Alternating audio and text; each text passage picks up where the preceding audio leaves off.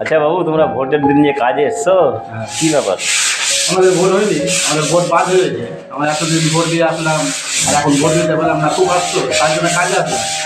কেউ তো সংসার চালাবে না, আমার নেতা মন্ত্রী এসে সংসার চালাবে কি? চালাবে না, আমাকে নিজেই চালাতে হবে, তো খাটতে আসলাম। আচ্ছা, বলেছে তো আজকে 22 তারিখে উঠে যাবে। ও ওগুলো সব রাজনীতি, মানে যে লোককে থামানোর ব্যাপার, আর কিছুই নেই। আর তোমার দিলাও, বলো কিছু বলো। কষ্টতে ভোট দিতে পারি না, খুব আফসোস। ভোট দিতে পেলাম খুব ভালো হতো, সামনেবার দিয়েছিলাম, এখন দিতে পেলাম না। কি কারণে?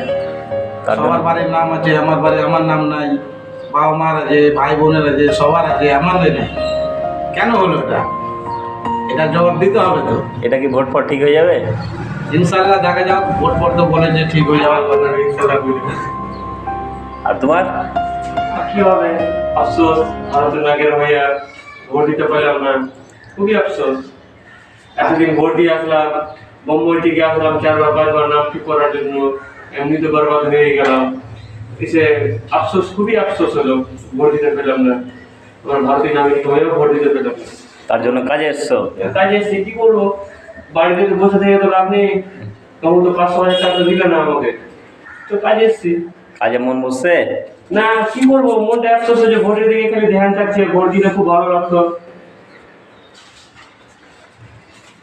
বলো বাবু, ঠিক আছে।